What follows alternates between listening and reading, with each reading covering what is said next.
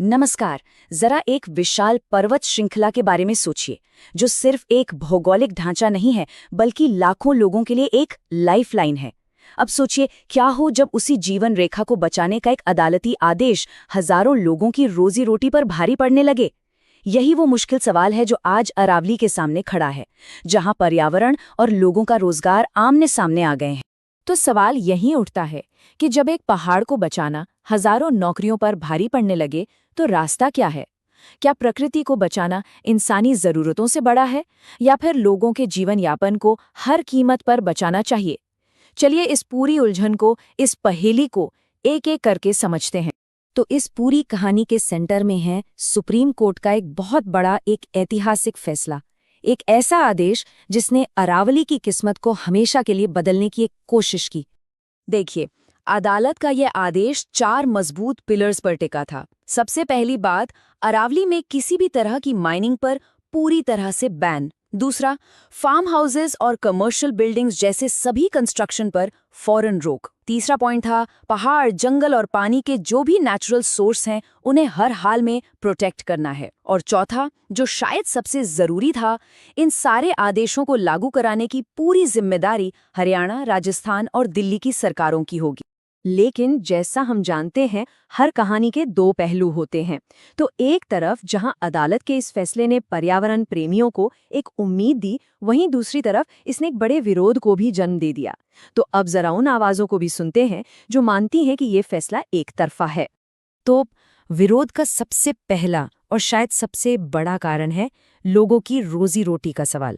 खनन, कंस्ट्रक्शन और जमीन से जुड़े दूसरे कई कामों पर बैन लगने का सीधा असर उन लोगों पर पड़ा है जिनकी कमाई इन्हीं सब कामों पर टिकी थी। और जो लोग इससे प्रभावित हुए हैं, उनकी आवाज इस एक लाइन में गूंजती है। हजारों लोगों की रोजी रोटी इससे जुड़ी है। ये सिर्फ कुछ शब्द नहीं है, ये उन हजारों लाखों परिवारों की सच्चाई है जिनका भविष्य इस एक फैसले के बाद कहीं न कहीं अधर में लटक गया है। अब आते हैं दूसरे बड़े कारण पर। ये जुड़ा है उन लोगों से जिनकी अपनी जमीन अरावली के इलाके में है। ये वो जमीन के मालिक हैं जिन्हें अब अपने ही प्रॉपर्टी पर किसी भी तरह का काम करने की इजाजत नहीं है। और उनकी जो बेबसी है वो इस एक लाइन में साफ झलकती है। हम अपनी ही जमीन पर कुछ भी नहीं कर पा रहे। जरा सोचिए, आपकी अपनी जमीन हो लेकिन आप उस पर एक कील तक ना लगा सकें। ये उनके लिए सिर्फ एक कानूनी रोक नहीं, बल्कि अपने ही मालिकाना हक पर एक सवालिया निशान है। और फिर आता है तीसरा तर्क, जो विकास और पर्यावरण के बीच की उस सदियों पुरानी बहस को फिर से हमारे सामने लाकर खड़ा कर देता है। विरोध करने वालों का मानना है कि इस तरह का कंप्लीट बैन जरूरी डेवलपमेंट के रास्ते में एक बहुत बड़ी रुकावट है। तो इन सारी आपत्तियों, इन सारे तर्कों के जवाब में सुप्रीम कोर्ट ने अपना पक्ष और भी ज्यादा मजबूती से, और भी ज्यादा साफ साफ रखा। कोर्ट ने बिल्कुल क्लियर कर दिया कि वो पर्यावरण के मुद्दे पर कोई भी समझौता करने के मूड में क्यों नहीं है। कोर्ट का सबसे पहला और सबसे अहम तर्क था कि पर्यावरण की सुरक्षा असल में इंसान की जीवन की ही सुरक्षा है। उनका संदेश बिल्कुल साफ है, अगर हम प्रकृति को नहीं बचाएंगे तो आखिर में हमारा अपना वजूद ही खतरे में पड़ जाएगा। इतना ही नहीं, कोर्ट ने विकास की परिभाषा को भी एक नए नजरिए से सामने रखा। उनका साफ कहना था कि वो विकास जो प्रकृति को बर्बाद करने की कीमत पर आए, वो असली विकास हो ही नहीं सकता। विकास और पर्यावरण का विनाश, ये दोनों चीजें एक साथ नहीं चल सकती। और आखिर में कोर्ट ने एक बहुत ही गंभीर चेतावनी दी। उन्होंने अरावली को एक जीवन रेखा, एक लाइफलाइन बताया और कहा कि अगर हमने इसे खो दिया तो इसके नतीजे बहुत भयानक होंगे। बदलता हुआ मौसम, पानी का गहराता संकट और जहरीली हवा। और ये सिर्फ एक इलाके का नहीं बल्कि पूरे देश का सवाल है। तो सवाल उठता है कि आखिर सुप्रीम कोर्ट अरावली को लेकर इतना सख्त क्यों है? इन पहाड़ियों में ऐसा क्या खास है जो इन्हें इतना कीमती बनाता है? चलिए अब अरावली के उस खजाने को समझते हैं जिसे बचाने की ये पूरी लड़ाई चल रही है।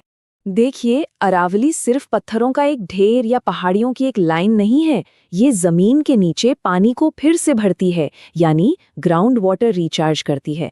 ये थार रेगिस्तान को आगे बढ़ने से रोकने वाली एक कुदरती दीवार है। ये दिल्ली एनसीआर जैसे इलाकों के लिए साफ हवा का एक जरिया है और न जाने कितने जंगली जानवरों का आखिरी घर है।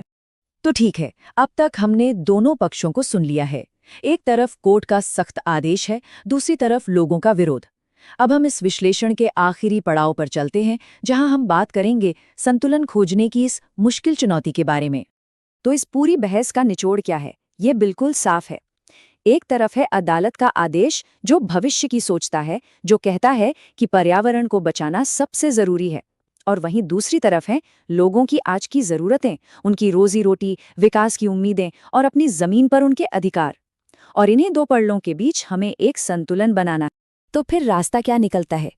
जवाब एक ही शब्द में है, संतुलन। हमें एक ऐसा रास्ता खोजना होगा, एक ऐसा मॉडल बनाना होगा जहां विकास और प्रकृति एक दूसरे के दुश्मन ना हों, बल्कि पार्टनर हों, जहां हम आगे भी बढ़ें और अपनी इस कुदरती विरासत को भी संभाल कर रखें। लेकिन सबसे बड़ा और सबसे मुश्किल सवाल तो यही है। संतुलन की बात करना बहुत आसान है, पर यह तय कौन करेगा कि असल में संतुलन है क्या?